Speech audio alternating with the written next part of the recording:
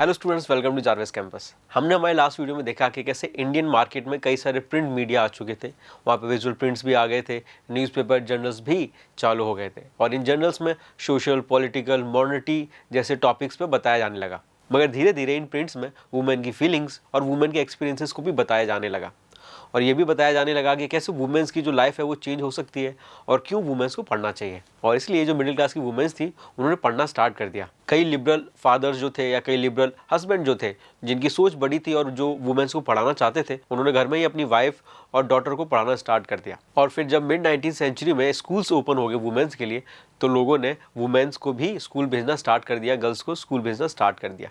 अब ये condition liberal लोगों की थी, ऐसे लोग जिनकी सोच बड़ी थी और जो गर्ल्स का भी इम्प्रूवमेंट चाहते थे। इसके अलावा कई सारे जर्नल्स में ये बताया जाने लगा कि Y women should be educated, और कई सारे जर्नल्स, कई सारी मैगजीन्स में सिलेबस बनाया जाने लगा कि आप कैसे वुमेन्स को घर पे पढ़ा सकते हो।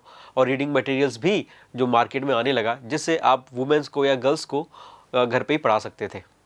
मगर सारी फैमिलीज लिबरल नहीं थी, मगर कई सारी जो फैमिलीज थी वो कंजर्वेटिव्स थी। कंजर्वेटिव्स मतलब वो लोग जो वुमेन्स को ज़्यादा स्पेस नहीं देना चाहते थे, उनको पढ़ाना नहीं चाहते थे। तो कंजर्वेटिव हिंदूज़ की बात करें तो वो ये मानते थे कि अगर हमने गर्ल्स को पढ़ा दिया तो विडो हो जाएंगी, यानी कि उनका जो हस्बैंड है उनकी डेथ हो जाएगी। जबकि कंजर्वेटिव मुस्लिम्स फैमिली की बात करें तो वो ये मानते थे कि अगर वुमेन्स ने पढ़ना लिखना सीख लिया, ठीक है, तो वो उर्दू रोमांसेस पढ़ेंगी और उससे करप्ट हो जाएंगी। करप्ट यानी उनकी जो सोच है वो रिलीजियस से बदल जाएगी और गलत सोच आ जाएगी। मगर ऐसा नहीं था। इन सारी सोच को या इन सारे अपोजिशन को भी कई सारे वुमेन्स ने अपोज किया और पढ़ाई की। इसका सबसे अच्छा एग्जाम्पल है रसुंदरी देवी। रसुंदरी देवी अर्ली 19th सेंचुरी में बंगाल के एक पार्ट में रहती थी।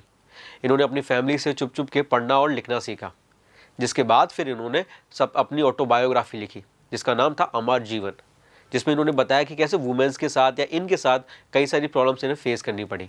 अमर जीवन जो ऑटोबायोग्राफी रसुंदरी देवी ने लिखी थी, इसको 1876 में पब्लिश किया गया। ये पहली बंगाली फुल ऑटोबायोग्राफी बुक थी जो किसी वुमेन ने लिखी थी।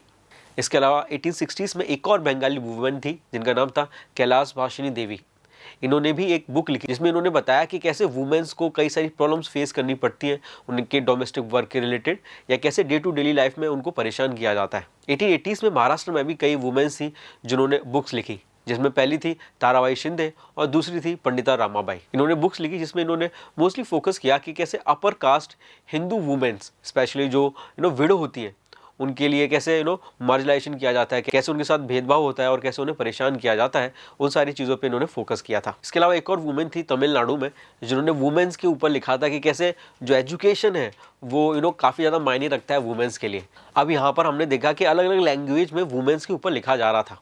अलग अलग लैंग्वेज की जो वुमेन्स थी वो अपनी एक्सपीरियंसेस शेयर कर रहे थे और लोगों को अवेयर कर रहे थे कैसे और क्यों वुमेन्स को पढ़ना चाहिए, क्या इंपॉर्टेंस है वुमेन्स को पढ़ाने की। मगर हिंदी लैंग्वेज में अभी भी कोई भी लिटरेचर लिखा नहीं गया था वुमेन्स के ऊपर।